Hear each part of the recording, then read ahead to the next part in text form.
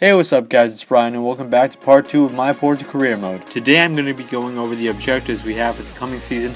Alright guys, first off we were given our domestic cup objective, which was to win the championship. Next I was advised to get a new goalkeeper. I then found out I had a new scout that went by the name of Afonso Mendes. I'm guessing he's Portuguese. Lastly, I was told my league objective, which was obviously to win the entire Liga NOS. Next up, I decided to train my players for the upcoming first game of the preseason against AS Monaco. I was going to be training Abubakar in speed dribbling, Corona in through balls, Neves in dribble course, Livnowski in one-on-one defending, and Rafa in two-on-two defending.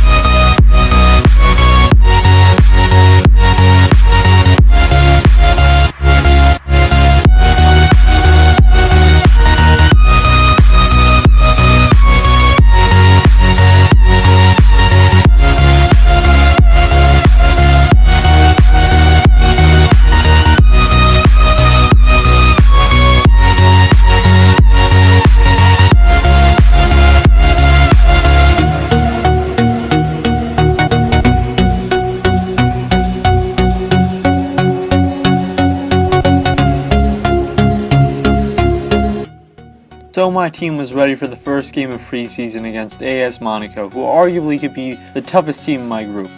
Right at the start I could see world class was pretty world class. Monaco started to press hard, and it was in no time that they scored their first goal in the 3rd minute.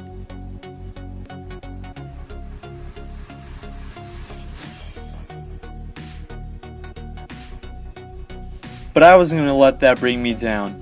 I used full advantage of Abubakar's speed and raced down the field, beating every defender to finally complete what is now known as the sweatiest goal I have ever scored ever. And so Mbula put it in the 11th minute to tie up the score 1-1. And so the rest of the first half almost seemed like a battle for the woodwork as both me and Monaco couldn't score but came extremely close. Damn it, Abubakar. At halftime, I subbed in Andrés Silva and Corona and took out Abubakar and Teo. In the beginning of the second half, I scored one of the most ridiculously lucky and funny goals ever. After a bad touch on the part of what looked like Monaco's 3rd string goalkeeper, Seydou Sai, who is actually rated 58 and is 19 years old, I scored with none other than Bruno Marzindi to make it 2-1. In the 75th minute, I put in youngster Livnowski to give him some experience in the back. I would soon find out that was not a good decision as he made one of the floppiest tackles and gave up a free kick in a pretty dangerous area, which almost led to a goal on Monaco's part. But my defensive troubles didn't end there.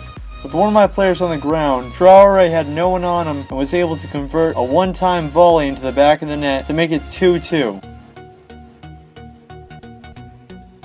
I tried the best I could to get a goal in before the game ended, but it was too close to the 90th minute, and well, it ended 2-2 in my first game.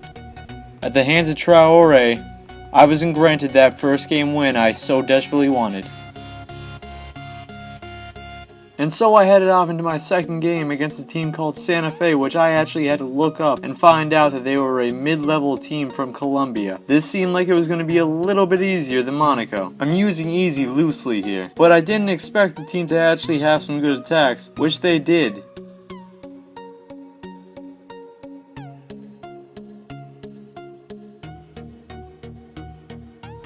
And after a failed attempt at doing an offsides trap, I nearly let one in at the beginning of the game before Casillas came in with a clutch save. Though Santa Fe was attacking pretty well, so was I.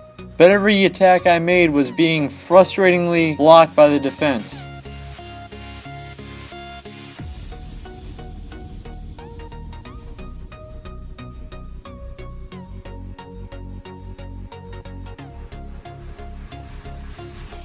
But in the 33rd minute, after a weird collision between two of my players and a Santa Fe defender, a penalty was granted, and no questions asked, I smashed it into the back of the net with Abubakar to make it 1-0. Just as the first half was about to come to an end, I whipped in a great cross from Teo, and Abubakar converted a header into a great goal to make it 2-0. Santa Fe managed to get one in the 66th minute, but but I got my payback with a barrage of attacks that eventually led to the 3-1 goal that finished the game. After a good bit of skill on Bueno's part, Teo scored the rebounding goal, and so it finished 3-1.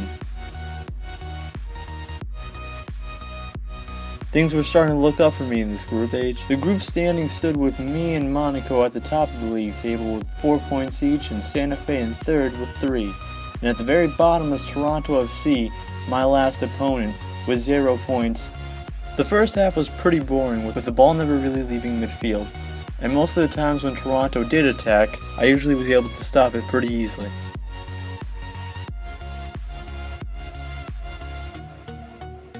In the 44th minute, Teo whipped in a great corner that Maicon converted into the first goal of the game, making it 1-0 for Porto going into half. And for the second game in a row, Abubakar was fouled inside of the box, making for another granted penalty. I took it with Abubakar and once again smashed it in the bottom of the net, making it 2-0 for Porto. In the second half, I subbed in Evandro and Corona for Teo and Mbula. Evandro, as you might know, was a player that I was kind of thinking about loaning out, so I wanted to test him out before I made a final decision. Well, the rest of the game ended up being pretty boring, with the closest thing to a goal being this header from Abubakar. And so ended my last group stage match, 2-0 against Toronto FC. I was definitely going to be making it into the semifinals of this tournament. Moving on to the other topic of the season, guys, transfers. I decided to take the board's advice and look for a goalkeeper. My first choice, Jose Sa, the Portugal U21 goalkeeper who had a great World Cup last summer. I could see him being a great goalkeeper for Porto in the future. At first, Maritimo was asking for over 11 million, so my transfer sum was a bit steep with that, at 5.5. Found that unacceptable, so I had to change the transfer up a little bit to about 8.5. Next, I was looking for right backs to be second string to Maxi. More specifically, Dimitri Caver from France, Ian Cools from Club Rouge in Belgium, and what I'm led to believe is pronounced Kevin Dix from Netherlands. Rennes were quick to shoot me back a no, even after I gave them the great Quintero, so I set my eyes on a new right back in Sadie Janko from Celtic. But Tessa got back to me with a value of 3 mil for Dix. I lowered that to about 1.5 to see what I could get.